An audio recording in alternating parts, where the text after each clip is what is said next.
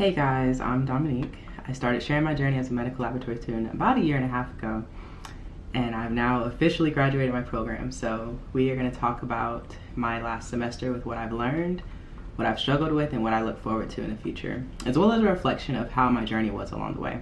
So if you haven't watched my other semester recaps, please go check them out first. I have a recap video for every semester now, and I go in depth on everything to give you an idea of what my medical lab school experience has been. So let's get started. Let's first talk about what I've learned. So this fall, I did clinical rotations in the hospital within microbiology, urinalysis, serology, and blood banking departments.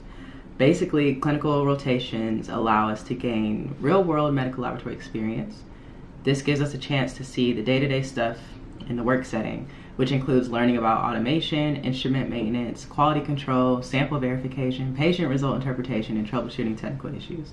So all of these concepts, they reinforce the principles that I learned in school, but it showed me how everything actually works in the real world.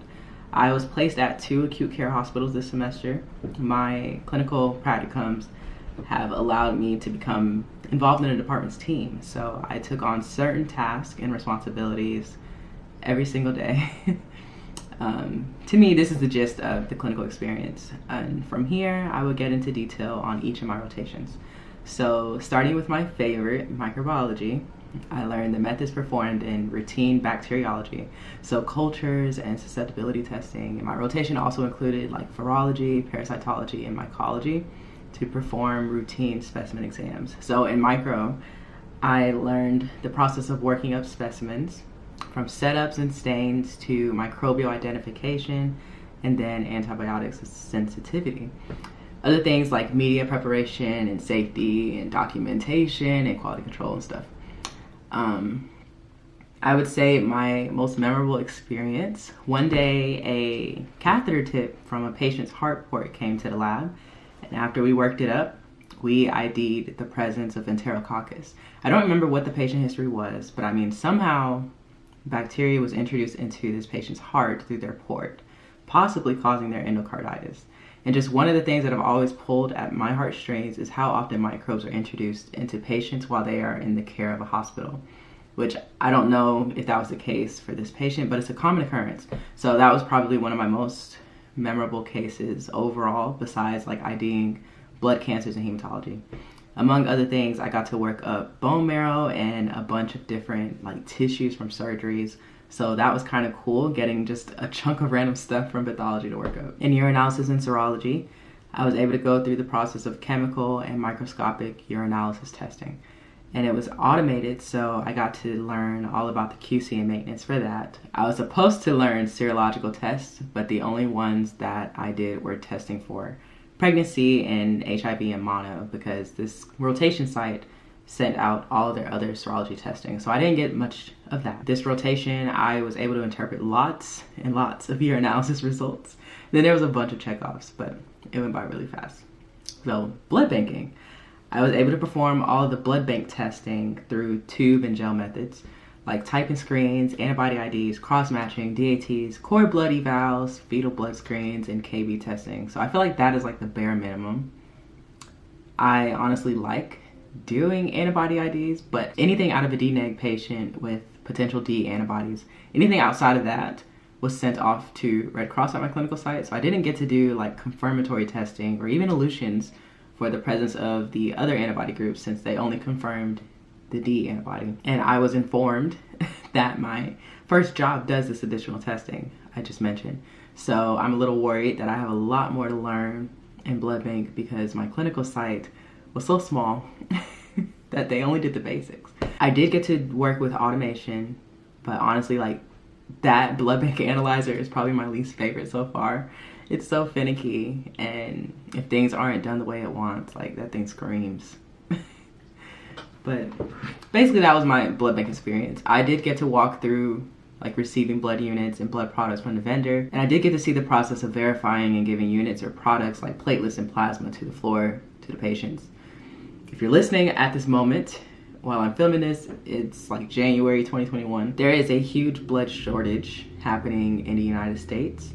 Our supply is to the point of being dangerously low, so if you are eligible and willing think about heading to your local Red Cross or whatever the closest blood donation center is and see if you can volunteer to give blood, because it definitely saves lives.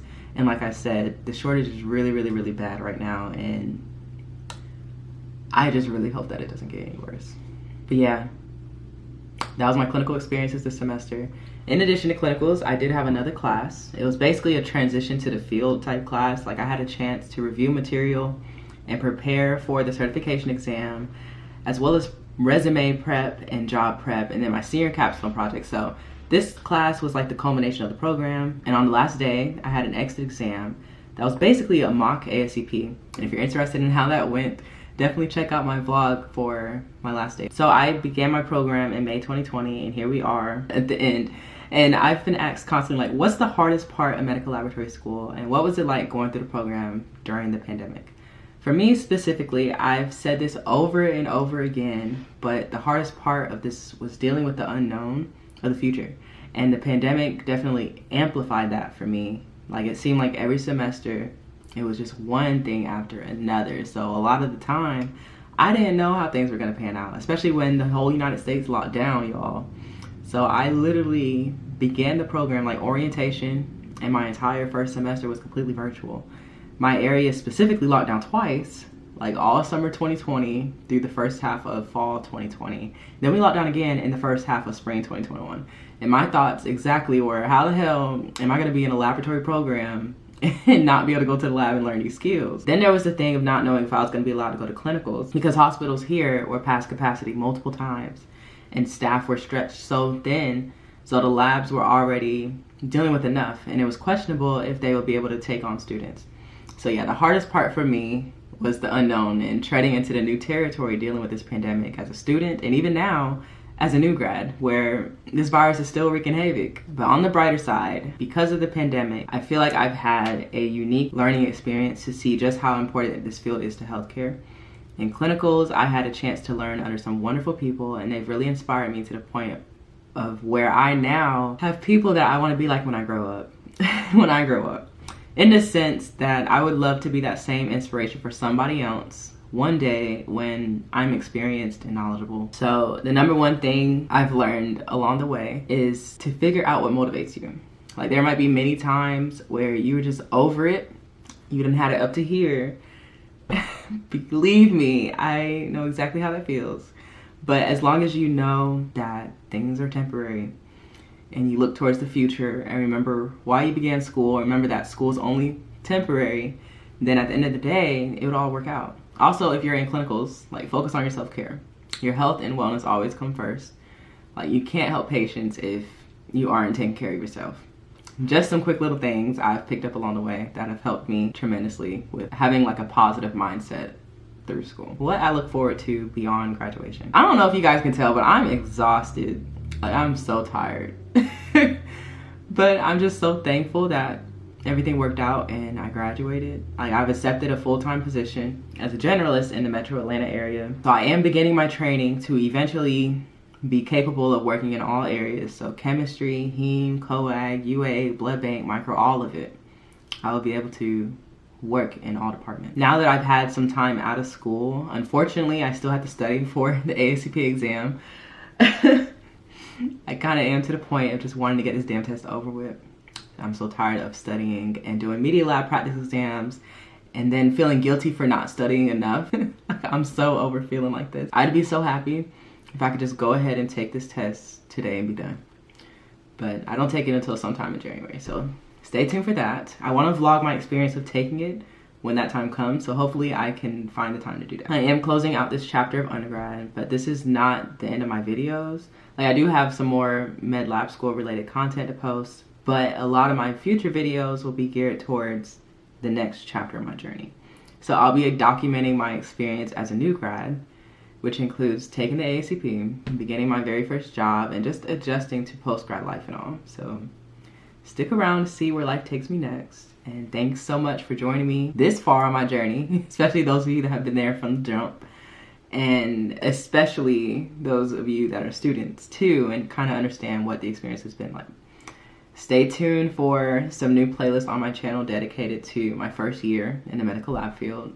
And thank you again for watching. Subscribe to my channel to keep up with my journey in the lab. And I'll see you guys next time.